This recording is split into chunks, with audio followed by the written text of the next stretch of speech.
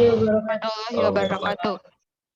Selamat pagi dan salam sejahtera untuk kita semua. Kita bertemu di mata kuliah Korpem. Kemarin sudah dilaksanakan introduction, meskipun agak sedikit highlight-nya ya, agak ringkas. Dan hari ini kita akan coba yang kemarin kita highlight kembali, dan saya akan coba share screen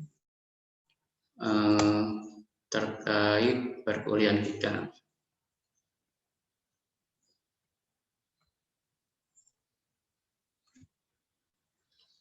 Kalau sampai jumpa ini yang terakhir ya, oke.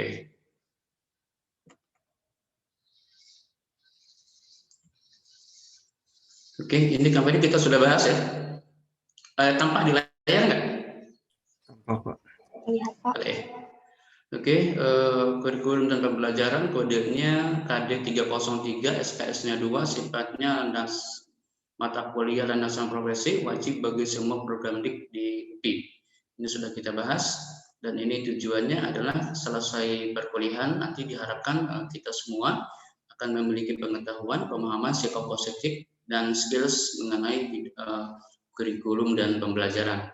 Di mana tadi dikatakan kurikulum dan pembelajaran merupakan salah satu kompetensi yang harus dimiliki oleh para pendidik atau bagi mereka yang berkecimpung di dunia pendidikan. Kemudian ini adalah sistem perkuliahan yang akan kita gunakan, pendekatannya akan menekankan student center.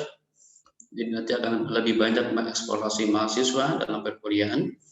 Metode yang akan digunakan yang paling utama adalah resitasi, diskusi, kemudian ceramah sebagian apabila diperlukan, kemudian tanya jawab. Dan untuk yang hari ini metode yang akan digunakan adalah sharing ceramah dan tanya jawab ya. Oke, media yang digunakan laptop. Nah ini proyektor papan tulis ketika sebelum masa pandemi ini sebenarnya ya. Kalau sekarang kita menggunakan Zoom meeting, kita pakai laptop. Oke, ini adalah untuk menentukan sistem penilaian. Ada 5 hal. Pertama adalah kehadiran di ruangan Zoom. Yang kedua, sikap dan aktivitas selama perkuliahan. Yang ketiga, pengerjaan tugas-tugas. Yang keempat adalah UTS. Yang kelima, UAS. Ini mohon diperhatikan. Nah, kemudian pokok-pokok materi yang kemarin sempat disajikan, tapi secara verbal ya. Mungkin Anda kemarin tidak melihat tayangannya. Ini adalah materi-materi yang akan kita bahas selama perkuliahan. Yang pertama adalah membahas hakikat kurikulum, pengertian, dimensi, dan peranannya. Dan yang pertama ini akan saya bawakan hari ini. Dan ini mengulang ya. Yang kedua, komponen-komponen kurikulum. Mohon dicatat nanti. Kemarin tidak sempat saya di WA grup ya. Yang ketiga, landasan pengembangan kurikulum. Yang keempat, prinsip-prinsip pengembangan kurikulum. Yang kelima, pendekatan dan model kurikulum. Yang keenam, masih pendekatan dan model kurikulum. Nah, ini 5 dan 6 judulnya sama, hanya nanti yang di bagian 5 ini adalah mengenai konsep dan prinsipnya. Kemudian yang nomor 6, pendekatan dan modelnya sudah mulai ke macam-macamnya, macam-macam model dan pendekatan pengembangan kurikulum. Yang ketujuh adalah evaluasi kurikulum. Ke-8 kita masuk kepada UTS. Nah, setelah UTS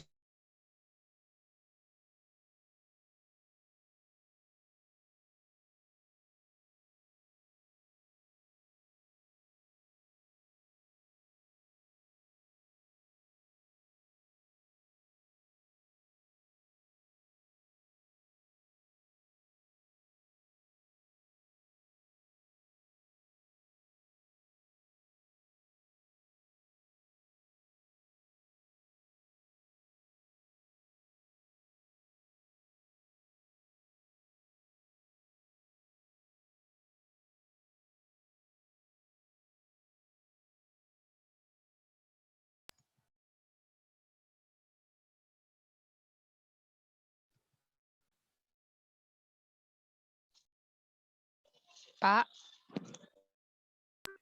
Udah keluar. Belum. Bilang, Bapak.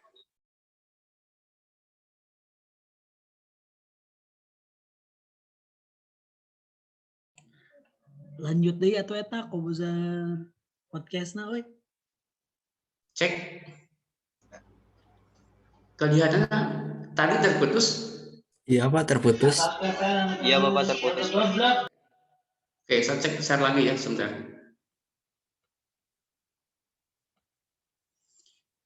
Oke, sudah kelihatan?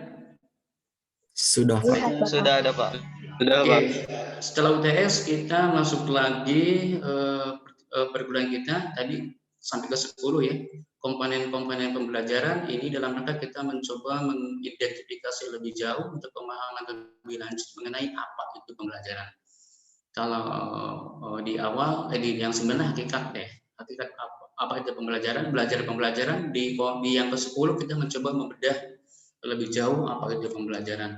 Kemudian di pertemuan ke-11 ini pendekatan dan model pembelajaran mencakup bahasanya pengantar, pengertian dan jenis, kelompok ke-12 atau materi ke-12 pendekatan dan model pembelajaran ini sudah mulai masuk karakteristik, fungsi dan skenario pembelajaran atau tahapan-tahapan pembelajaran. Yang ke-13 evaluasi pembelajaran, yang ke-14 inovasi kurikulum pembelajaran. Ini ada 2 juga, inovasi di bidang kurikulum dan inovasi di bidang pembelajaran. Nah, oke, nanti untuk kelompok yang membahas pendekatan dan model nanti dipertimbangkan dibagi itunya pembahasannya.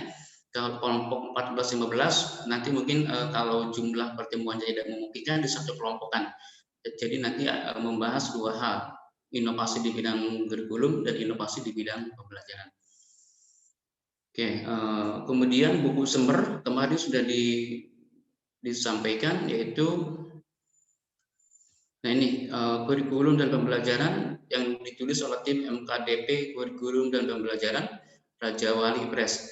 Kemarin saya sudah saya mengatakan ini buku utama, materi dari sini, kemudian sistem pengujian juga dikembangkan dari sini, dan ini juga sudah dikembangkan mengikuti silabus atau RPS-nya, sehingga dengan demikian saya sangat mendorong kepada Anda ketika mau menyajikan materi rujukannya ke sini supaya tidak kemana-mana dan untuk efisiensi belajar ya. Kalau orang ekonomi belajar, kita gunakan ekonomi belajar, kita gunakan sumber daya yang sifatnya terbatas untuk mencapai tujuannya maksimal, hasil belajar yang optimal ya. Oke, dan kemarin ini sudah dibicarakan dan yang perlu dicatat oleh mahasiswa yang ini nanti di bawah koordinasi Farid PJMK dibagi kelompok ya, Farid sudah belum? Sudah Pak. Sudah. Ada berapa kelompok? Ada 13 Pak. 13. Oke. Ini ada berapa? Ada 16 dikurangi 2, 14 kurangi 1 dengan saya nanti berarti ada ya 13 ya. Pas 13 ya.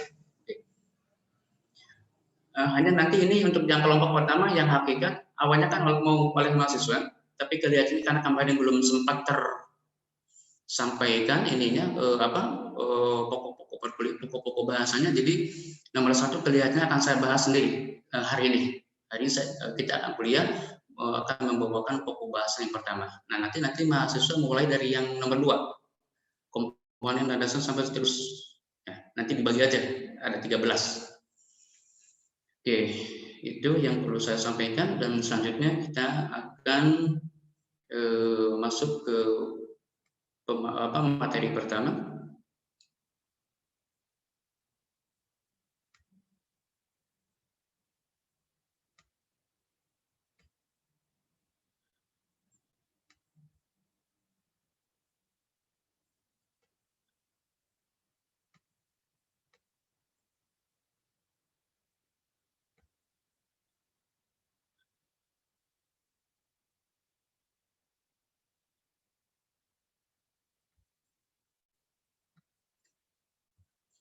Kita akan ganti, oke.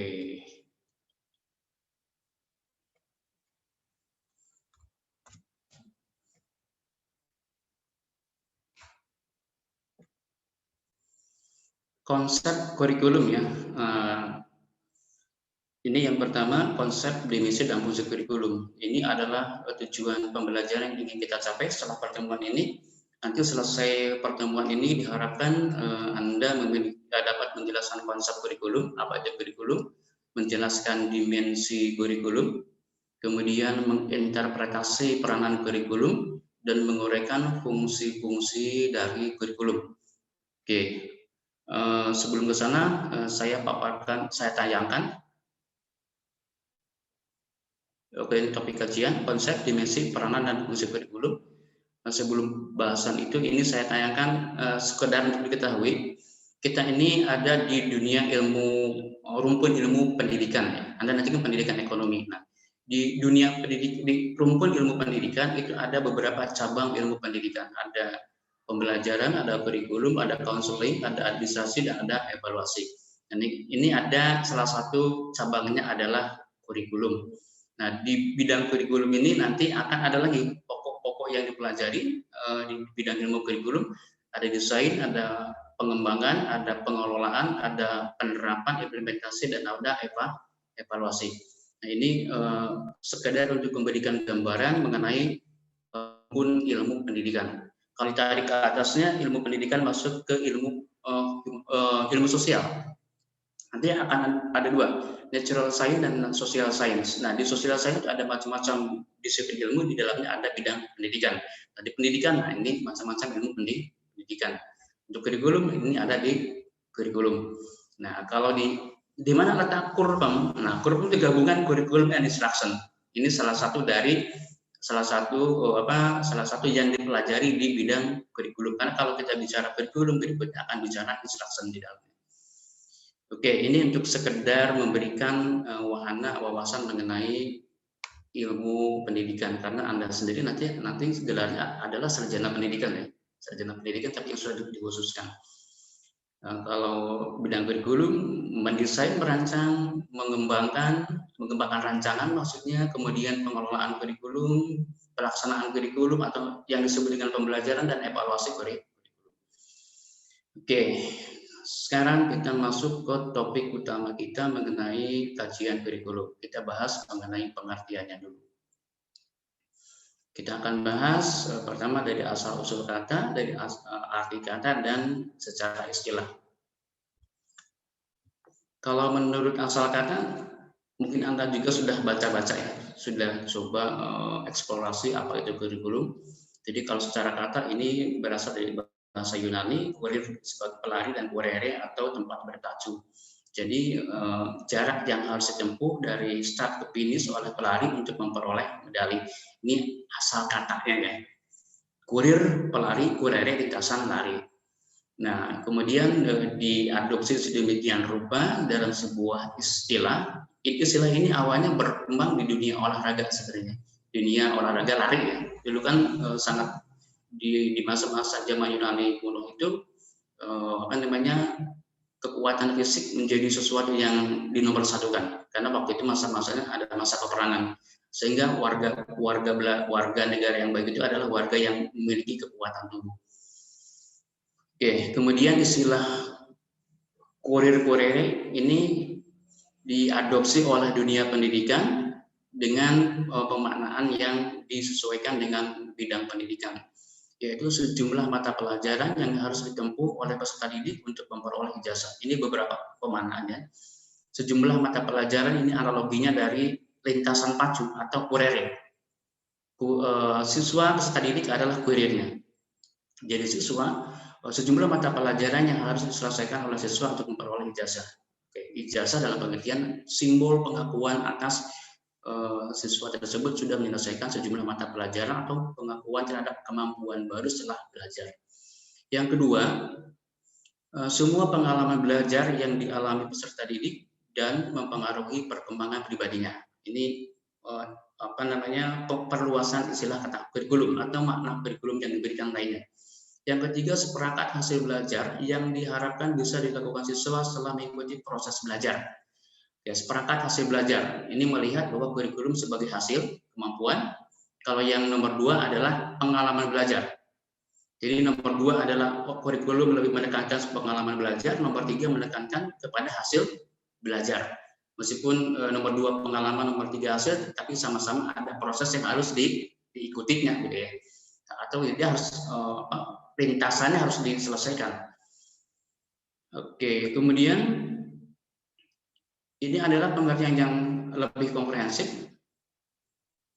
Kurikulum diartikan sebagai rencana aktivitas belajar peserta didik, baik yang dilakukan di dalam maupun di luar sekolah, yang dilakukan di bawah tanggung jawab guru atau sekolah.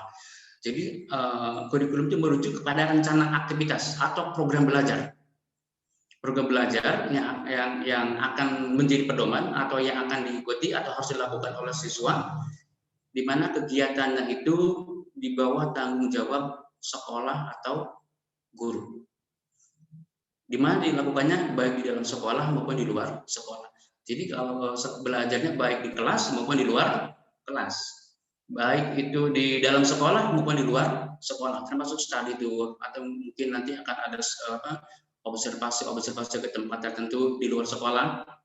Selama itu adalah dilakukan sesuai dengan program pendidikan atau kurikulum, program yang ada itu masuk kategori kurikulum.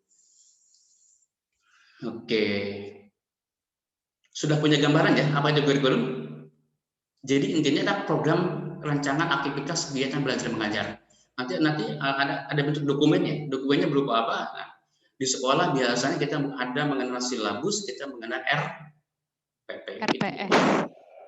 Atau nanti ada juga dokumen-dokumen untuk tingkat institusional. Ada buku 1, buku 2 kurikulumnya. Oke, berikutnya. Ini kurikulum menurut sistem pendidikan nasional. Kalau tadi itu mengikut menurut konsep teoritis dan filosofis ya yang tadi. Kurikulum menurut sistem pendidikan nasional diartikan sebagai perangkat rencana dan pengaturan mengenai tujuan, isi atau konten yang akan dipelajari, serta tata cara yang digunakan sebagai pedoman penyelenggaraan kegiatan pembelajaran untuk mencapai tujuan pendidikan tertentu. Intinya ya sama. Ini bahasa kebijakan yang nantinya akan menjadi pedoman acuan penyelenggaraan pendidikan. Nah, ini bahasa kebijakan, namun kita bisa melihat bahwa inti dari kurikulum tetap merujuk pada rencana aktivitas penyelenggaraan proses pembelajaran. Nah, di dalam pengertian yang dikemukakan oleh Undang-Undang Sisdiknas ini sudah ada mengenai tujuan, isi, dan bahan pelajaran. Dalam pengertian kurikulum ada juga pengertian yang hanya menekankan kepada tujuannya tadi ya. Tujuan saja, kurikulum itu adalah tujuan yang ingin dicapai. Atau tadi ada kurikulum itu diartikan sebagai segala hal yang harus dipelajari.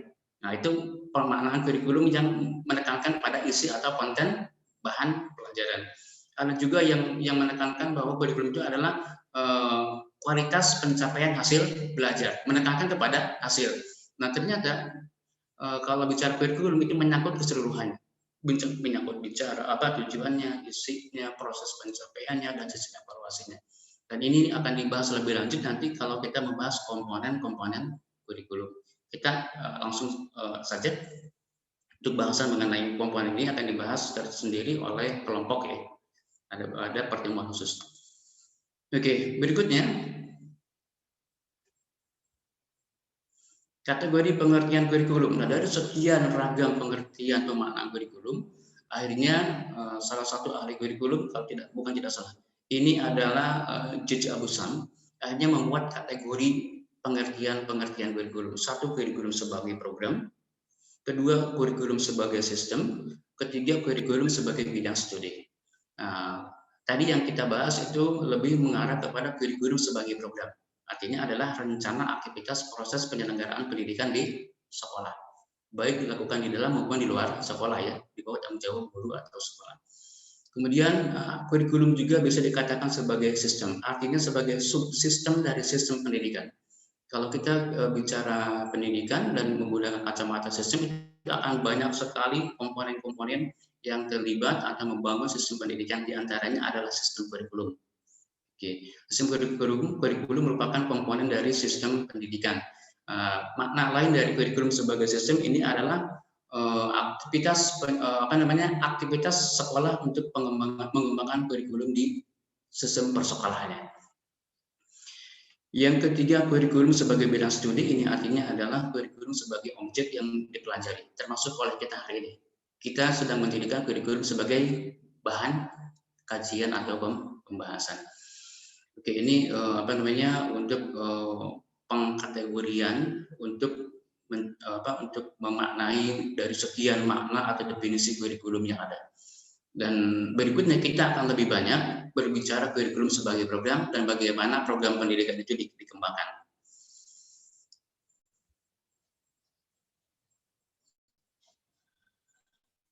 Untuk perkuliahan kita ini kita nanti akan ada tanya jawab. Tapi tanya jawab kita akan selenggarakan setelah sesi penyajian selesai. Karena berdasarkan pengalaman ini ketika kita berkuliah dengan cara seperti ini sangat tidak stabil jaringannya. Jadi saya khawatir belum selesai pembahasan sudah putus ya. Kita putus karena kendala teknis. Jadi kita akan coba selesaikan dulu bahasanya. Nanti kalau ada hal yang ingin ditanyakan oleh mahasiswa boleh diajukan setelah bahasan disajikan semuanya. Oke, kita lanjut saja dulu. Sekarang kita masuk kepada subbahasan yang kedua, yaitu mengenai dimensi kurikulum. Nah, dimensi itu kan artinya sisi ya, sisi yang memiliki ruang dan waktu. Bagian-bagian atau sisi-sisi yang berkaitan dengan ruang dan waktu itu namanya dimensi. Oke, dari sisi dimensi kurikulum bisa dibedakan atas 4. Satu ada dimensi ide, kedua dimensi rencana, ketiga dimensi proses, ketiga dimensi hasil. Ini kan ruang dan waktu yang berbeda ya, tapi meskipun dalam ruang dan waktu yang berbeda tetap memiliki keterhubungan. Oke, kurikulum sebagai ide ini artinya adalah kurikulum ketika masih dalam sebuah pikiran atau gagasan.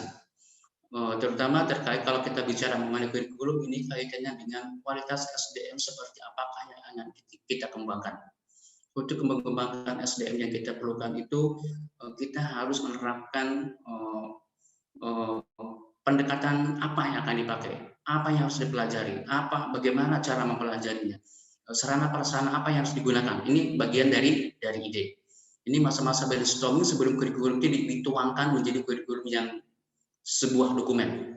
Nah, ketika masa-masa ide ini dituangkan dalam sebuah wujud dokumen, kemudian masuklah kurikulum dalam dimensi rencana yang kedua. Ini berupa perangkat kurikulum atau dokumen kurikulum. Kalau Anda nanti ke sekolah akan ketemu dengan silabus, Anda akan ketemu dengan RPP, itu bagian dari kurikulum dalam dimensi rencana. Oke, di mana rencana tersebut awalnya kan ada ide kemudian dituangkan dalam bentuk rencana. Nah, kemudian masuk ke dalam dimensi proses. Ini kurikulum dalam in action. Kurikulum in action itu adalah operasionalisasi dari kurikulum dari dimensi rencana. Oke, ini kita ganti gambarnya. Nah, ke sini ya. Dimensi proses ini adalah pelaksanaan dari kurikulum dalam dimensi rencana yang dalam bentuk tertulis. Nah, dari proses ini kemudian masuk ke kurikulum dalam dimensi hasil. Berupa apa? Berupa kemampuan-kemampuan atau jenis manusia baru yang memang diharapkan sesuai dengan ide yang dipikirkan sebelumnya. Nah, ini adalah dimensi-dimensi dari kurikulum. Jadi di kurikulum itu ada pemikirannya, ada dimensi idenya. Ini ketika kita di masa-masa inisiasi untuk pengembangan kurikulum, tadi saya katakan ini terkait dengan pertanyaan jenis kualitas SDM apa yang ingin kita kembangkan, atau manusia yang punya keterampilan, kompetensi apa yang ingin dibangun lewat dunia pendidikan. Nah, ini di masa-masa kurikulum sebagai ide. Pemikiran-pemikiran ini berikutnya dirangkum sedemikian rupa lewat sebuah tim pengembang kurikulum. Kemudian nantinya akan dituangkan sehingga berikutnya bisa mewujud dalam sebuah dokumen kurikulum atau kurikulum dalam dimensi rencana dan seterusnya. Oke, sekarang ini ada yang menarik nih, ada hidden kurikulum. Dari ide ini tidak masuk dulu ke rencana tertulis, tapi langsung ke implementasi. Hidden kurikulum ini adalah sebuah aktivitas pembelajaran ada dalam ide, ada dalam pelaksanaan, tapi tidak tertulis. Ini namanya hidden kurikulum. Anda pernah mendengar hidden agenda? Pernah mendengar nggak hidden agenda? Pernah, ada Pak. agenda tertulis, ada agenda tersembunyi. Nah, jadi idenya ada, di pelaksanaannya ada, tapi dalam rencananya itu tidak kelihatan, tidak ada.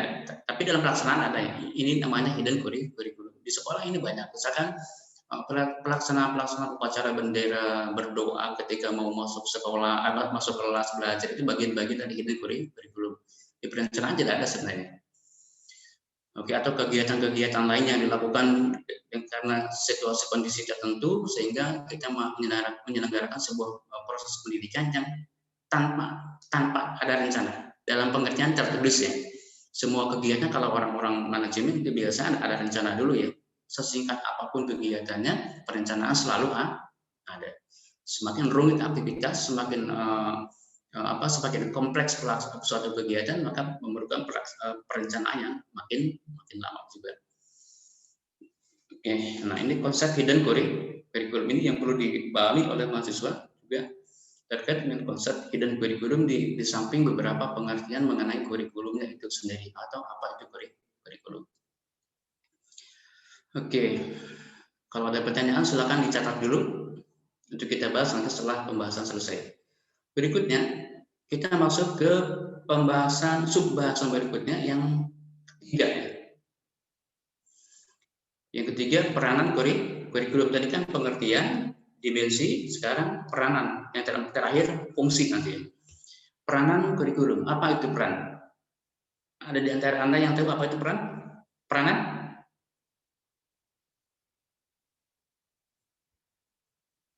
Oke, mahasiswa, ada yang tahu apa itu peranan? Tugas, Pak. Tugas. Ini saya yang jawab kali ya, tugas. Masih bisa diperbaiki. Memang peranan terkait dengan tugas, tapi lebih dari itu penjelasannya. Fungsi, Pak. Fungsi, ya ada fungsinya juga. Tapi kan nanti akan peranan ada bahasan fungsi juga. Ini peranan kurikulum, artinya fungsi dan peranan berbeda ya. Oke, siapa lagi yang ingin mencoba? Bukan. Dan kewajiban. Kedudukan, Pak. Bentar, Hairil dulu. Menurut saya hak dan kewajiban, Pak. Hak dan kewajiban sudah mengarah. Hak dan kewajiban tentang apa? Hak dan kewajiban yang disesuaikan dengan statusnya, Pak. Oke. Pak sudah bisa disempurnakan? Ini yang Khairul yang dapat digabungan? Bagian yang dimainkan, Pak. Ya, berikutnya yang dimainkan ya. Nah, itu tadi seni peran kan, peran itu adalah perilaku yang harus dilakukan sesuai dengan peranannya, sesuai dengan kedudukannya ya. Memang terkait dengan kedudukan. Jadi peran itu adalah hak dan kewajiban yang dimiliki oleh seseorang karena posisi dan atau kedudukannya. Jadi perilaku atau tugas, tadi tugasnya, tugas yang harus dilakukan oleh seseorang karena kedudukannya atau peranannya di masyarakat. Nah, itu merujuknya ke benda hidup ya. Kalau kurikulum, benda hidup atau benda mati? Benda mati ya. Artinya seolah-olah menjadi subjek. Artinya apa yang harus dilakukan oleh kurikulum atau kurikulum memiliki tugas. Nah, kurikulum memiliki tugas karena kedudukannya dalam bidang pendidikan untuk pengembangan SDM. Apa yang dilakukan? Ini ada 3. Pertama, kurikulum memiliki peranan konservatif. Artinya menjaga, mengkonservasi, menjaga, mempertahankan mengenai berbagai hal, terutama mengenai nilai warisan budaya masa lalu. Bukan hanya nilai budaya saja, ilmu pengetahuan teknologi gitu ya, nilai budaya dan pengertian luas, ilmu pengetahuan teknologi dan seni yang sudah dipandang baik pada masa lalu dan masih relevan di masa kini untuk terus dihidupkan. Nah, ini punya kurikulum punya fungsi itu. Sehingga dengan demikian di dalam kurikulum selalu ada ajaran-ajaran ilmu pengetahuan yang selalu diajarkan dari tahun ke tahun, dari generasi ke generasi. Karena memang itu fungsi dari pendidikan atau fungsi kurikulum. Kurikulum sebagai program pendidikan, program penyelenggaraan proses pembelajaran.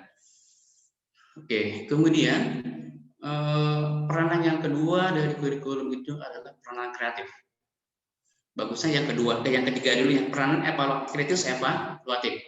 Nah, di sini kurikulum pertama memiliki tugas berperan untuk mengembangkan individu-individu yang memiliki apa namanya, memiliki sifat kritis evaluatif. Yang kedua, isi dari kurikulum itu bermuatan nilai pengetahuan yang relevan sehingga nanti bisa mengembangkan kehidupan masyarakat. Artinya di sini kurikulum harus bisa menimbang kira-kira apa saja yang perlu dimuat di dalam kurikulum untuk kebaikan dan perkembangan dari masyarakat. Di samping nanti kita memang mengembangkan para individunya. Karena kalau kita bicara kurikulum, selain berbicara mengenai kemampuan orangnya, nanti akan berbicara juga mengenai konten apa yang harus dimuatnya, konten apa yang harus disajikan. Oke, yang ketiga ada peranan kreatif. Dalam pengertian pertama, kurikulum harus bisa menumbuh kembangkan individu atau siswa yang kreatif. Yang kedua adalah muatan isi kurikulum dan proses-proses pembelajarannya itu harus mampu mengembangkan mengembangkan hal-hal kemampuan yang sifatnya kreatif. Nah, ini dari peranan kurikulum. 3 peranan utama yang sangat urgent dari kurikulum: konservatif, kreatif, dan evaluatif kritis. Evaluatif kritis. Nah, ini sehingga demikian kalau kita coba telah kurikulum itu selalu ada saja mata-mata pelajaran, mata-mata kuliah atau mungkin bab-bab tertentu yang selalu diwariskan dari tahun ke tahun. Contohnya pelajaran agama itu kan selalu konservatif ya, disajikan, diajarkan dari generasi ke generasi. Atau ilmu pengetahuan yang sudah prinsipal, yang sudah mantap kedudukannya itu disampaikan. Termasuk di bidang ekonomi itu kan ada teori ekonomi yang sudah stabil, teori ekonomi yang sudah mantap itu kan dipelajari dan disampaikan dari generasi ke generasi bagi mereka yang mempelajari ekonomi. Tapi ada juga ilmu ekonomi, teori ekonomi yang masih belum stabil. Nah, kadang-kadang dipelajari di tempat tertentu, tingkat tertentu, tapi tidak dipelajari di tempat tertentu atau di level tertentu. Oke, ini peranan dari kurikulum. Jadi mohon dicatat dan dibuat di garis bawahi. Peranan kurikulum ada 3: peranan konservatif, peranan kreatif, dan evaluatif kritis. Nah, selanjutnya kita akan masuk kepada subbahasan yang terakhir dari pertemuan yang pokok materi yang pertama, yaitu adalah fungsi kurikulum. Nah, tadi kan beda ya, peranan dan fungsi. Ini memiliki kedudukan tersendiri. Fungsi itu apa? Jangan pahami fungsi apa? Kegunaan, Pak. Kegunaan. Oke, secara mudahnya kegunaan ya. Kegunaan atau manfaat. Manfaat kurikulum in practice. Nah, terutama in practice ini dalam praktik pendidikan ini ada beberapa pihak yang akan mengambil manfaatnya dari keberadaan kurikulum dalam sistem pendidikan. Pertama, bagi kepala sekolah atau lembaga diklat atau para pengawas untuk melaksanakan supervisi atau pengawasan dalam rangka manajerial pengelolaan penyelenggaraan pendidikan.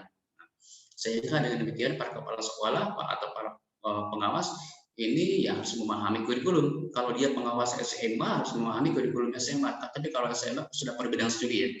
Jadi kalau misalkan kepala sekolah harus memahami kurikulum sekolahnya, para pengawas mata kuliah katakanlah, kalau Anda pendidikan ekonomi, para pengawas guru ekonomi. Nah, berarti para pengawas harus memahami kurikulum pendidikan ekonomi di sekolah.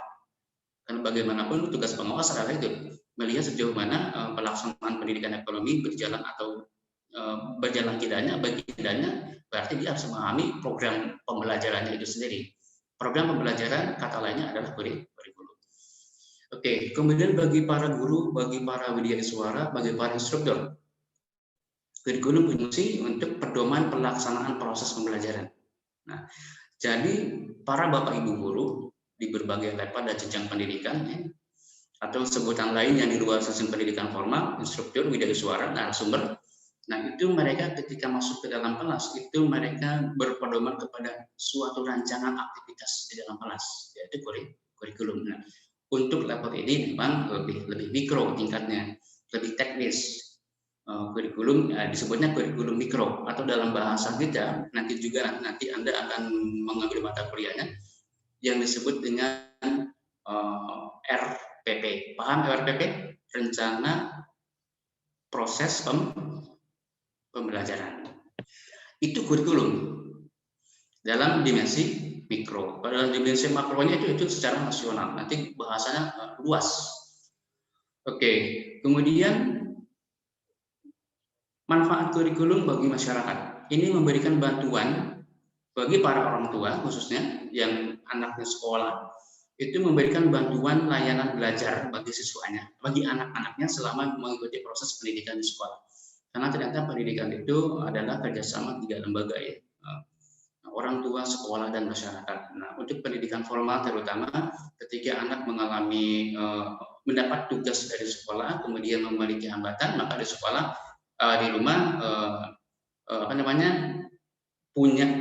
bukan kewajiban yang hakiki ya, punya tugas atau punya peranan untuk membantu anaknya dalam penyelesaian tugas-tugas sekolahnya, bukan dikerjakan, membantu pengerjaan tugas-tugasnya. Nah, ini peranan bagi bagi orang tua. Nah, terutama ini untuk masyarakat, mahasiswa, orang tua yang educated yang sudah melek dengan kesadaran pendidikan anak-anaknya. Ya, untuk masyarakat tertentu yang masih fokusnya masih ke pencarian pemenuhan kebutuhan dasar, ini terkadang ini tidak begitu terlihat. Contohnya di pedesaan. Di pedesaan yang jauh misalkan terisolasi dari kota, kesadaran akan pendidikannya juga masih belum begitu bagus. Ya, kadang-kadang mereka tidak memahami apa itu kurikulum. Pokoknya proses pendidikan semuanya diserahkan kepada sekolah. Padahal dari sisi lain, bagi masyarakat yang sudah bagus pendidikannya atau para orang tua yang terpelajar, terdidik, ternyata ada baiknya untuk memahami juga kurikulum yang ada di sekolah sehingga nanti bisa memberikan bimbingan tambahan, arahan tambahan kepada anak-anak. Oke, kemudian bagi peserta didik. Nah, ini lebih khusus lagi karena kurikulum itu fokusnya untuk peserta didik sebenarnya, mengembangkan kemampuan layanan kepada para siswa. Selain pertama bagi peserta didik, yang utamanya adalah sebagai pedoman belajar. Sama dengan ketika katakanlah saya memberikan tadi di awal perkuliahannya, setidaknya memberikan gambaran mengenai tujuan, fungsi, kemudian pokok-pokok bahasan itu untuk mengarahkan mahasiswa. Kalau tingkat perkuliahannya, yang berikutnya akan bisa menjadikan pedoman untuk Anda ketika belajar. Contoh yang pertama adalah pengertian, fungsi, dimensi, dan peranan kurikulum. Nah, itu bisa menjadi bagi Anda menelusuri hal tersebut di berbagai sumber, termasuk yang online, untuk mempelajari hal tersebut. Kemudian pokok bahasan yang kedua, itu kan ada rujukan, itu bisa menjadi pedoman buat Anda.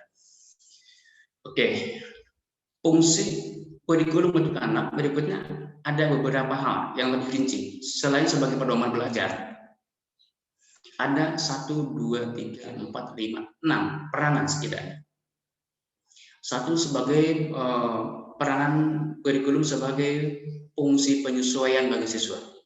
Penyesuaian dalam pengertian satu untuk menyesuaikan taraf perkembangan siswa dengan kemampuan tugas-tugas perkembangannya, bisa penyesuaian dalam pengertian dengan kehidupan di masyarakatnya, kemudian penyesuaian dalam pengertian dengan minat siswanya.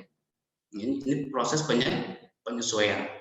Kemudian fungsi integrasi juga pertama ada 2 rujukan. Satu, integrasi dalam pengertian seluruh aspek psikologis dari siswa sehingga berkembang secara normal, profesional dari segi kognitif, afektif, dan psikomotor. Ini dilayani oleh kurikulum atau disediakan oleh kurikulum. Bisa juga integrasi dalam pengertian how to integrate, bagaimana mengintegrasikan siswa dengan masyarakatnya, atau mengintegrasikan siswa dengan sistem sosialnya, dengan teman-temannya yang paling dekat, atau dengan masyarakat sekitarnya yang lebih jauh. Ini fungsi dari kurikulum untuk siswa. Jadi lewat kurikulum inilah berikutnya siswa akan dibuka cakrawalanya, cakrawala pergaulannya, cakrawala wawasannya, bahkan yang lebih spesifik tadi keterpaduan unsur psikologisnya menjadi pengetahuan, pemahaman dan psikomotoriknya. Ini dibangun lewat kurikulum. Yang ketiga, fungsi kurikulum bagi siswa adalah fungsi diferensiasi, fungsi untuk membedakan karena di dalam hukum belajar ada yang namanya prinsip learning differences, perbedaan individual dalam individual differences ketika dalam belajar. Nah, terkait dengan itu kurikulum harus memahami ini dan bisa memberikan layanan yang sesuai dengan kebutuhan belajar dari para siswa. Oke, nah ini perlu disajikan, disiapkan juga di dalam kurikulum. Kemudian fungsi persiapan dalam pengertian bisa persiapan untuk jenjang pendidikan lebih lanjut, lebih tinggi, atau kelas yang lebih ada di atasnya, atau juga persiapan dalam pengertian untuk kehidupan yang sifatnya nyata. Mungkin untuk kehidupan mata pencahariannya, mungkin persiapan untuk bidang pekerjaannya. Nah, ini kurikulum berperanan fungsi kurikulum sebagai fungsi penyiapan, fungsi persiapan untuk jenjang pendidikan lebih tinggi.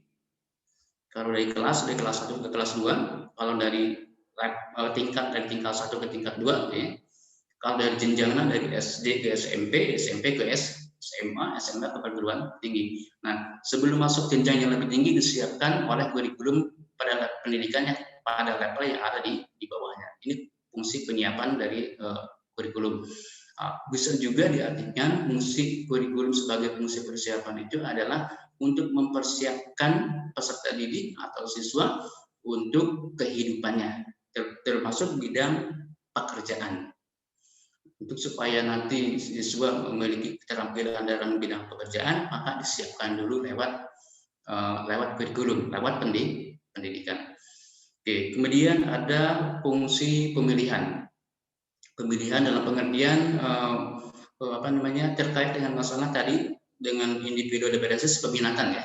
Nah, kurikulum juga dalam program-program pendidikannya harus memberikan pilihan-pilihan selain ada pilihan wajib, sesuatu yang wajib, mungkin mata-mata kuliah wajib, mata-mata pelajaran wajib, ada juga sesuatu yang dipelajari yang sifatnya pilihan atau berdasarkan peminatan.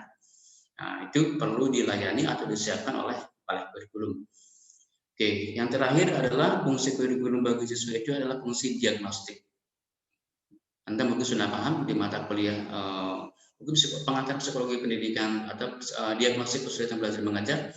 Diagnostik itu artinya adalah untuk memberikan layanan bantuan kesulitan belajar, terutama ya, bukan masalah ekonomi, bukan masalah belajar. Jadi ketika belajar dia mengalami kesulitan, mengalami hambatan, berikutnya dalam kurikulum harus dibuat sebuah program layanan untuk mengatasi masalah belajar yang dihadapi oleh siswanya. Oke, nah ini adalah fungsi-fungsi yang lebih praktis, lebih dekat dengan para siswa. Karena memang kurikulum ini dibuat sejogjanya adalah fokusnya adalah siswa. Jadi kalau kita bicara pendidikan, kita bicara kurikulum, fokus kita adalah siswa ya. Jadi siswa yang seperti apa yang harus akan kita bangun, bagaimana cara kita memberikan layanan pembelajaran kepada siswa, bagaimana kita memberikan memberikan diagnostik layanan kesulitan belajar bagi siswa itu dilakukan. Nah, ini setidaknya ada 6 ya yang penting kita catat, penting kita pahami terkait dengan fungsi dari kurikulum untuk para siswa. Oke, terima kasih. Nah, saya kira untuk sajian sudah selesai. Barangkali ada hal yang mau ditanyakan atau perlu diperdalam terkait dengan konsep fungsi peranan dan fungsi, dimensi, peranan dan fungsi dari kurikulum. Silakan, barangkali ada. Saya izin bertanya, Pak. Dengan Inka ya? Ya. Ya, silakan Inka. Ya. Jadi yang Inka lakukan, Pak, sebagai orang guru ataupun dosen, dalam penyusunan silabus kurikulum. Nah, apakah seorang guru dan dosen memiliki hak untuk ikut andil dalam pengevaluasian? Terima kasih. Suara saya keputus. Ketika membuat kalimatannya malah putus. Bisa diulang nggak? Iya, Pak. Jadi itu dosen dalam penyusunan silabus atau RPS itu kan mengikuti kurikulum yang ada. Nah, apakah seorang guru dan dosen itu memiliki hak untuk ikut andil dalam pengevaluasian kurikulum, Pak? Gini, Inga bisa dituliskan nggak di chat, di kolom chat? Saya stop saya dulu ya. Iya, Pak. Oke, di kolom chat.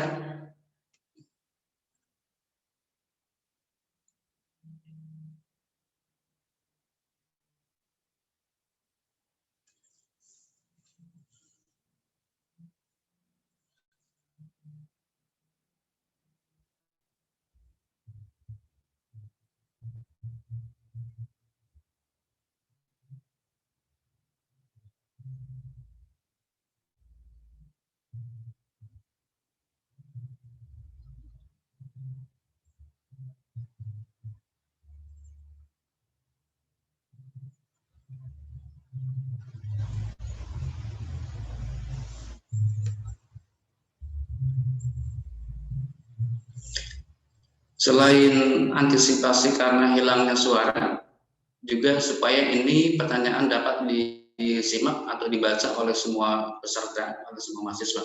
Nah, ini ada pertanyaan. Ada pertanyaan dari Inka, apakah seorang guru atau dosen memiliki hak andil dalam pengevaluasian kurikulum? Karena setahu saya dalam penyusunannya guru dosen mengikuti kurikulum yang ada. Terima kasih. Intinya begini, apakah guru atau dosen punya hak untuk mengevaluasi kurikulum? Kayak gitu ya. Oke, jawabannya haknya punya. Haknya punya, hanya nanti apakah dia ditugaskan atau tidak. Karena nanti kurikulum ini kan rentangannya sangat luas ya. Dari yang sifatnya sangat luas, makro sampai yang mikro. Nah, kalau untuk yang makro, dosen guru punya hak untuk mengevaluasi kurikulum yang berlaku di mana dia sesuai dengan tugasnya. Dia levelnya kalau pendidikan dasar berarti di bidang pendidikan dasar, di SMP, SMA sesuai di SMP, SMA. Kalau misalkan sudah di pendidikan menengah kan sangat spesifik. Katakanlah guru pendidikan ekonomi, berarti kan wewenangnya sudah mulai terbatas ya. Berarti di bidang kurikulum pendidikan ekonomi. Seorang guru ekonomi apakah punya hak untuk menilai kurikulum pendidikan pengajaran ekonomi? Dia punya hak. Terutama hak yang pertama adalah sesuai dengan tugas dan tanggung jawab dia sebagai pengajar. Nah, seorang guru kan ketika mengajar berpedoman kepada kurikulum, betul kan? Nah, ketika dia mau melaksanakan kurikulum itu ada proses evaluasi, terutama untuk dirinya sendiri. Karena meskipun sudah ada silabus, sudah ada RPP, dan si RPP itu kan idealnya dibuat oleh kita, itu masih memerlukan proses judgement atau proses penilaian. Ini sudah cocok atau belum, terutama ini untuk diri sendiri ya. Kemudian dalam tataran yang lebih luas, katakanlah seorang guru pendidikan ekonomi, dia punya hak, punya kemampuan, punya kompetensi menilai kurikulum pendidikan ekonomi. Dalam level yang luas di tingkat sekolah. Nah, kalau misalkan oleh kepala sekolah diminta ditugaskan, dia punya hak dan kewajiban. Kemudian di level nasional, nah ini juga sama. Nanti ada penilaian terhadap kurikulum nasional pendidikan ekonomi. Jadi punya hak ya, punya kewajiban, tapi kadang-kadang dia ditugaskan atau tidak. Kalau yang sifatnya penugasan formal, itu kita harus memperoleh surat tugas untuk mengevaluasi. Kalau yang sifatnya tidak formal, untuk kepentingan diri sendiri atau untuk memberikan masukan-masukan khusus, nah itu tidak formal. Itu bahkan evaluasi seperti itu bisa dilakukan setiap saat. Oke. Ini ada yang kedua. Setahu saya dalam penyusunan kurikulum, guru dosen mengikuti kurikulum yang sudah ada. Oke. Jadi ini juga merentang ya. Ada kurikulum sifatnya rambu-rambu, ada kurikulum rambu-rambu, tapi nanti dalam pengembangannya adalah dikembangkan oleh dosen atau gurunya masing-masing. Nah, ini mungkin kasusnya begini, guru itu tidak dilibatkan dalam pengembangan kurikulum, mungkin begitu ya, tidak dilibatkan secara aktif sehingga dia menjadi implementator dari kurikulum yang sudah ada.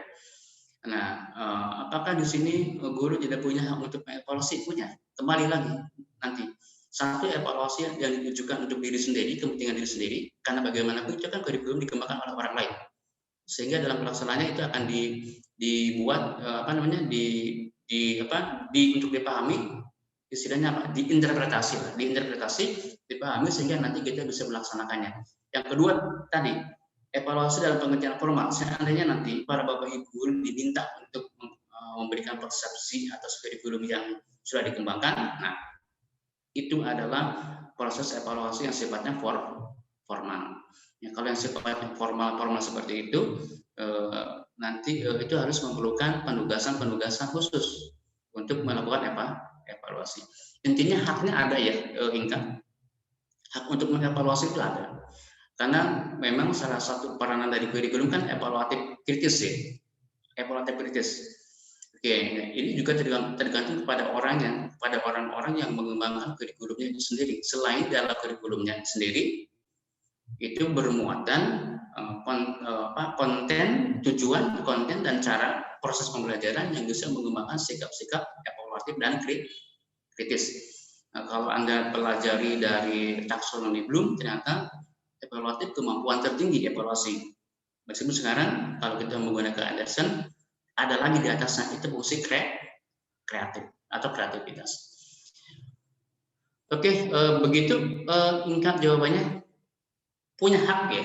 Hanya ada hak yang sifatnya tadi ada penugasan formal, ada tidak formal. Baik Bapak, terima kasih. Oke. Yang lainnya barangkali? Izin bertanya, Pak.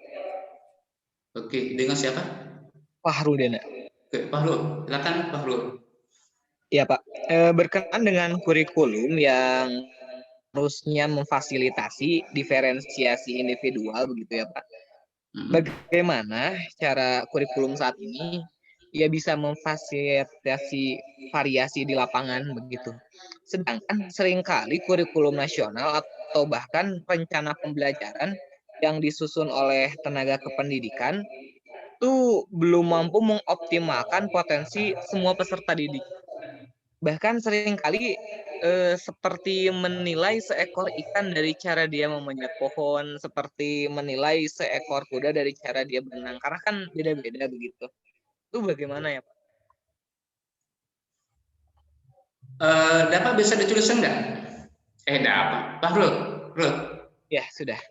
Sama seperti yang tadi Inka ya. Nah, oke, teman-teman, ini ada pertanyaan dari Fahrul yang bisa sama-sama disimak di kolom chat. Berkenaan dengan fakta eksistensi diferensiasi individual atau perbedaan individual ya, bagaimana kurikulum memfasilitasi variasi ini? Sedangkan sering kali kurikulum nasional atau bahkan rencana pembelajaran yang disusun oleh tenaga kependidikan tidak mampu mengoptimalkan potensi semua peserta didik. Pertanyaannya begini, bagaimana kurikulum memfasilitasi variasi perbedaan? Yang jelas begini, satu, tadi kita sudah bahas, kurikulum memiliki fungsi diantaranya adalah fungsi diferensiasi. Dalam pengertian, satu, kurikulum harus tanggap terhadap adanya perbedaan individual. Implikasinya apa? Implikasinya adalah ketika ada tujuan utama yang harus dicapai oleh semua siswa, di mana kita tahu siswa itu memiliki variabilitas, itu harus disajikan cara-cara yang berbeda, disesuaikan dengan perkembangan tiap individu. Satu ya. Yang kedua, ada juga satu tujuan yang tidak bisa dicapai oleh individu yang lain, hanya bisa dicapai oleh individu tertentu. Tadi contoh kasusnya dari Pak Flu, ikan tidak bisa diajari berenang, kemudian burung tidak bisa diajari untuk nyelam, gitu ya, kebalikannya. Ya untuk hewan ya. katakanlah kita ambil hukum dasarnya dulu seperti itu. Ini artinya apa? Ini artinya akan berbicara fungsi kurikulum yang lain, fungsi peminatan. Kalau siswa punya minat A, arahkan minatnya ke A. Kalau siswa punya minat B, arahkan minatnya kepada B. Ini fungsi pemilihan. Nah, ini harus tercover di dalam kurikulum. Itu dasarnya. Sekarang kita akan bicara agak luas, terstimuli oleh Pak Rul. Kalau burung diajari nyelam, tidak bisa ya. Kecuali burung yang suka nyelam. Ada juga burung yang suka nyelam, yang samar suka nyelam kan, kalau mau ambil air. Di atas itu nyelam dulu, ambil air.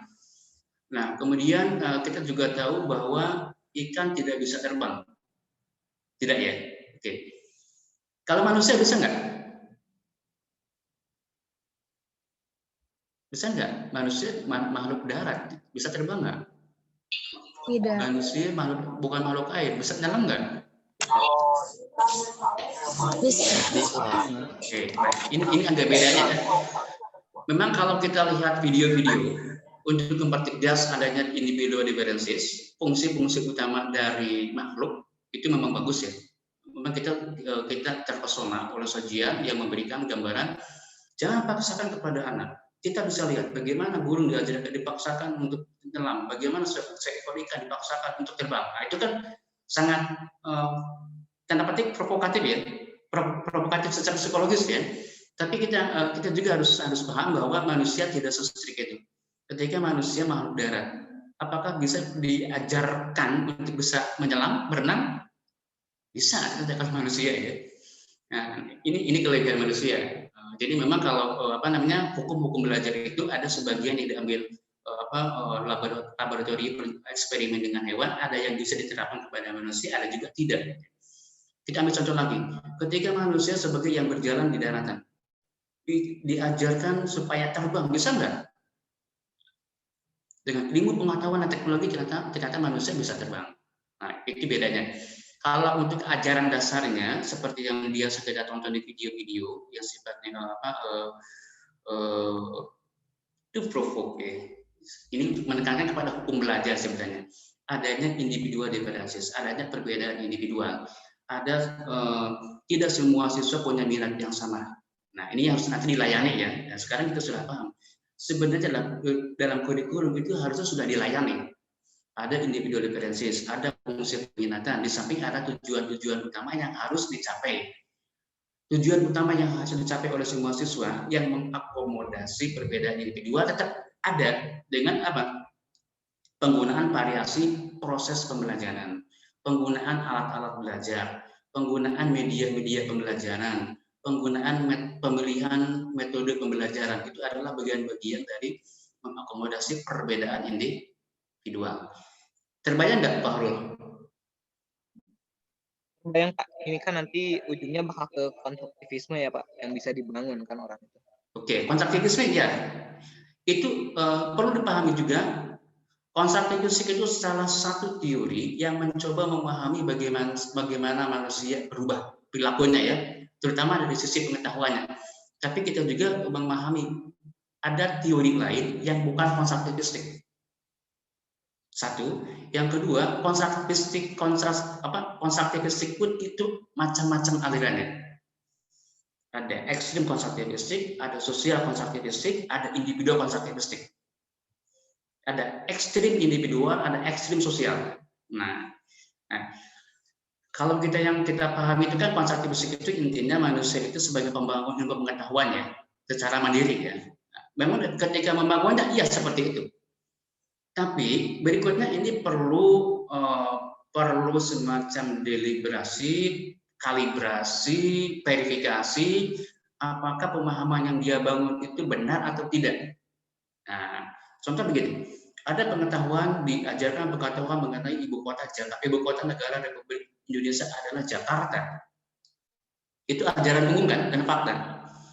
Kalau kita menggunakan ekstrim individual konstruktivistik, si individu bisa menafsirkan bahwa Jakarta bukan ibu kota negara Indonesia. Theoretically itu boleh seperti itu. Tapi secara fakta benar tidak bahwa Jakarta bukan ibu kota? Nah, seperti ini. Ini namanya sosial konstruktivistik ya. Jadi ada ketika kita memperoleh pengetahuan pengetahuan, kita mengkonstruk pengetahuan, untuk kebenarannya kemudian kita coba diskusikan lagi dengan teman pihak luar. Nah, artinya ada proses sosial ya, ada proses sosial. Nah, nanti kesimpulannya disesuaikan benar apa tidak, baru kita menyimpulkan. Kalau yang namanya ekstrim itu, teori-teori yang ekstrim itu biasanya tidak berjalan dalam kehidupan. Ekstrim sosial juga tidak bisa, ekstrim individu juga tidak bisa. Jadi kalau ekstrim individu sudah jelas, sekarang ekstrim sosial.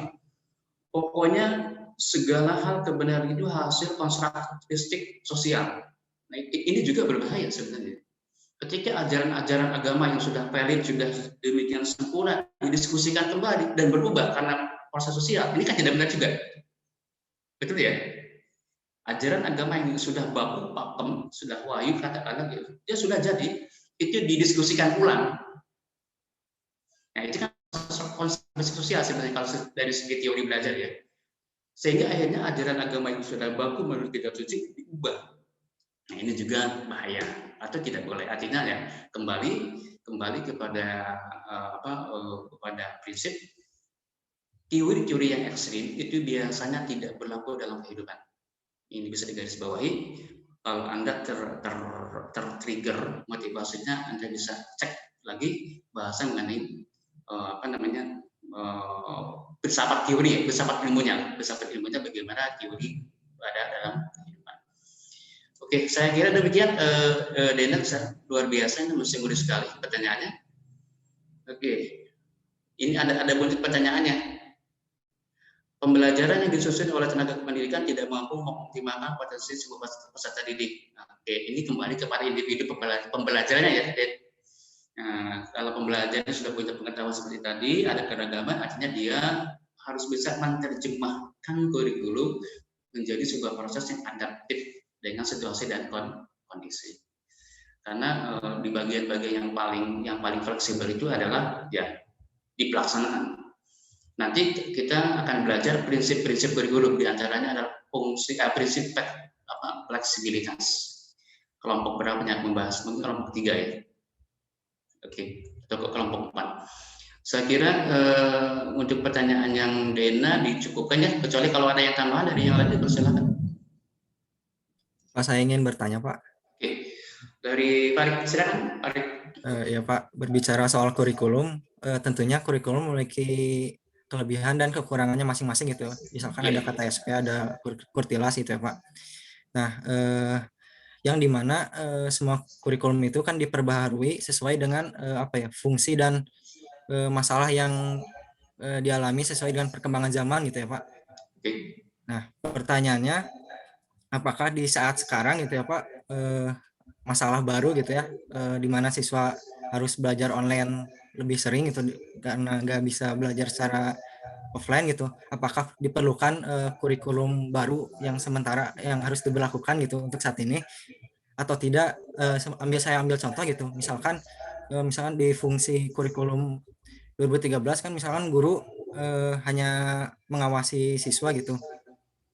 Nah, apakah di saat ini fungsi kayak gitu masih bisa diterapkan atau tidak? Apakah diperlukan kurikulum baru diperbarui atau tidak gitu?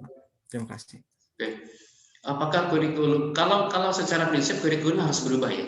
Kurikulum harus berubah dan akan berubah. Itu prinsip ya. Nah, nanti kita akan terbahas di prinsip kurikulum. Nah, sekarang pertanyaan yang spesifik dari Farid itu adalah di saat seperti ini, apakah kurikulum harus berubah di masa-masa pandemi seperti ini? Dan apakah yang kemarin diterapkan di kurikulum 13 di mana guru sebagai pengawas, tanda petik pengawas ya, pengawas PBM masih berlaku? Nah, oke.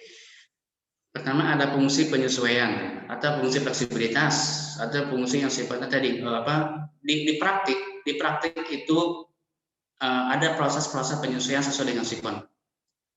Nah, kalau kita lihat sekarang di pandemi ini yang memang ada perubahan dalam sistem kehidupan, tapi itu kelihatannya yang berubah bukan prinsip hidupnya, tapi situasi kondisi yang sifatnya teknis. Nah, sehingga dengan demikian kurikulum pendidikan sebenarnya masih tetap, hanya pelaksanaannya menuntut penyesuaian. Yang biasanya kita bertemu di dalam kelas, sekarang kita kan jadi tidak boleh berkerumun. Kebalikannya ya, Sehingga nanti harus dicari jalan keluarnya bagaimana kita bisa mencapai tujuan-tujuan kurikulum tanpa harus bertemu secara langsung. Itu pemecahannya. Caranya apa? Nah, sekarang ada teknologi hardware ya, hardware dan software. Kita menggunakan perangkat hardware komputer dan softwarenya aplikasi yang kita pakai Zoom. Nah, sekarang sudah ada teknologinya sehingga meskipun tidak bisa bertemu langsung, kita bisa menggunakan teknologi. Nah, sedangkan tujuan kurikulum tidak berubah, Pak. Tujuan kurikulum Kurpem, katakanlah contoh kasus ya, tujuannya antara sebelum dan setelah pandemi tetap sama. Selesai perkuliahan, mahasiswa memiliki pengetahuan, pemahaman, segi positif mengenai pengembangan kurikulum dan pembelajaran. Tujuannya sama, pokok-pokok bahasanya sama, uraiannya sama, ini yang berubah. Cara membahasnya atau cara mempelajarinya. Kalau kemarin-kemarin itu adalah tatap muka di kelas, penugasan langsung, yang sekarang lewat jarak jauh menggunakan online. Ini berubahnya. Substansinya tidak berubah, tujuan tidak berubah. Yang berubah dalam bentuk penyesuaian adalah proses mempelajarinya. Itu yang pertama. Yang kedua, tadi apakah penekanan K13 yang menekankan guru sebagai apa tadi Pak Farid? Iya, lebih ke lebih fokus ke siswanya gitu. Jadi guru hanya sebagai fasilitator atau pengawasinya gitu. Oke, itu adalah prinsip yang student center ya. Student center, dan itu kalau pendekatan tetap tidak berubah ya. Karena sekarang sudah menjadi kebijakan, sebenarnya ada pilihan teacher center atau student center, itu pilihan. Dalam pengertian ini judgementnya sebenarnya ada pada guru atau dosen. Tapi sekarang dengan tujuan-tujuan tertentu yang ingin dicapai, katakanlah untuk menjadi individu yang literasinya tinggi, punya kreativitas, akhirnya disarankan menggunakan student center. Nah, yang student center diantaranya bercirikan penyajian materi itu tidak semuanya atau didominasi oleh gurunya, tapi diarahkan kepada aktivitas siswa. Guru menjadi pembimbing proses belajarnya dari para siswa. Apakah itu sekarang berjalan? Tetap berjalan. Karena memang kebijakannya kita sekarang menekankan student center. Tapi tidak menutup kemungkinan pada sesi-sesi tertentu, guru tetap memegang peranan utama. Karena berbagai alasan. Contoh kasus. Nah, ini yang sangat dekat dengan kita ya. Di mata kuliah ini kita menggunakan student center sebenarnya. Dari awal sampai akhir. Pertama sampai pertemuan akhir. Termasuk yang sekarang, yang topik 1 ini harusnya oleh mahasiswa. Harusnya ya. Nah, tapi karena keadaan yang tidak memungkinkan untuk itu, satu dan lain hal, kita tidak mencari salahnya siapa atau kenapa ya. Tapi karena satu dan lain hal, ini tidak dimungkinkan, sehingga akhirnya saya mengambil keputusan untuk sesi pertama ini, supaya perkuliahan tetap jalan, akhirnya menggunakan teacher center. Saya yang menyajikan. Ini sebenarnya perubahan ya. Ini perubahan sebenarnya. Setting awalnya adalah akan oleh mahasiswa semua. Oke. Namun demikian, berikutnya ini akan kembali kendali ada pada mahasiswa, akan mendorong mahasiswa dan dosen, guru akan menjadi fasilitator atau pendamping proses belajar. Nah, begitu. Jadi kalau prinsipnya tetap sama ya. Tetap sama, 13 sama sekarang juga sama. Jadi kebijakannya sama, kita akan mencoba mengoptimalkan student center yang lebih banyak mengeksplorasi mahasiswa untuk untuk mengolah informasi, menyajikan informasi, berbagi informasi, membentuk kesepahaman mengenai apa yang kita bahas. Nah, di bawah bimbingan dari guru dan atau dosen. Itu prinsipnya. Hanya memang sekarang caranya yang agak beda ya. Caranya agak beda. Ya karena situasi kondisi seperti ini. Oke, jadi kalau yang namanya prinsip itu tidak berubah ya. Nanti kita akan bahas prinsip-prinsip pengembangan kurikulum. Apa itu prinsip itu sebenarnya? Karena prinsip orang bisa bercerai, karena prinsip orang kongsi bisa pecah, gitu kan? Itu karena sebuah prinsip. Karena prinsip itu demikian kuat dan relatif mantap ya. Posisi kedudukannya mantap. Prinsip. Oke, saya kira demikian jawaban untuk pertanyaan Pak Adik, jawabannya untuk semua. Jadi kalau ada pertanyaan, saya anggap itu pertanyaannya memang muncul dari perorangan, tapi jawabannya itu adalah kita share untuk semua ya. Nah, ini namanya sosial konstruktivistik seperti ini. Jadi adanya pembangunan pengetahuan itu secara bersama-sama. Kalau yang sifatnya individual itu setiap orang membangun dirinya sendiri pengetahuannya. Hanya nanti validitas pengetahuannya harus disosialkan ya. Harus dibentuk secara sosial kembali. Kecuali untuk yang sifatnya adalah ekspresi subjektif individual. Nah, itu mungkin bisa silakan pribadi ya.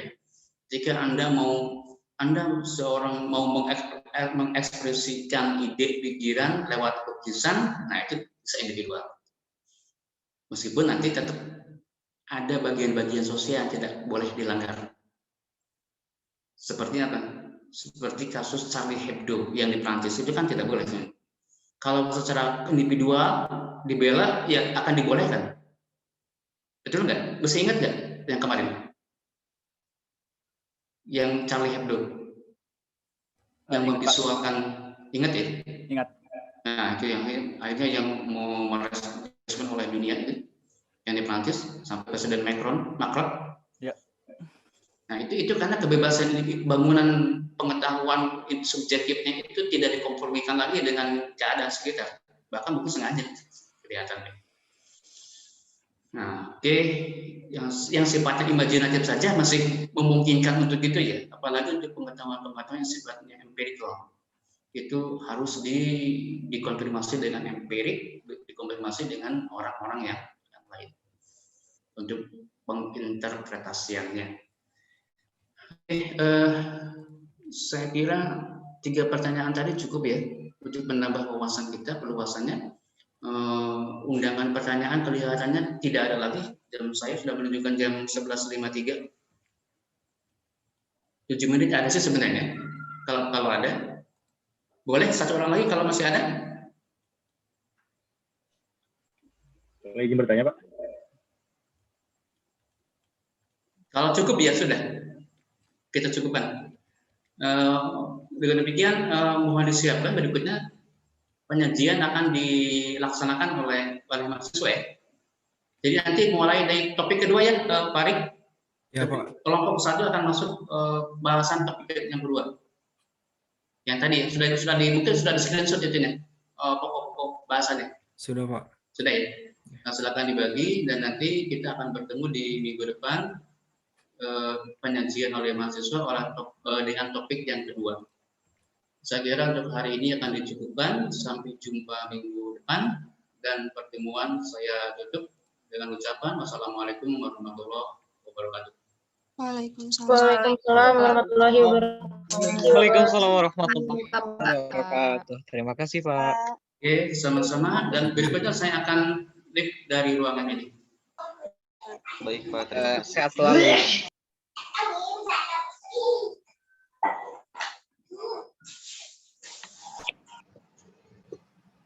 Kelompok 1. Maaf nih. Semangat. Ini parah. Si Kocu udah siap banget tahu sikat. Ya maaf, kan aku juga udah tahu. Udah, si Parik gak bener. Ganti. Ganti PJ-nya. Dan PPT-nya. Udahlah, ganti aja. PPT-nya salah. Parik PPT-nya. yang ngubah lagi ininya. Cu, jangan mau Cu kalau bikin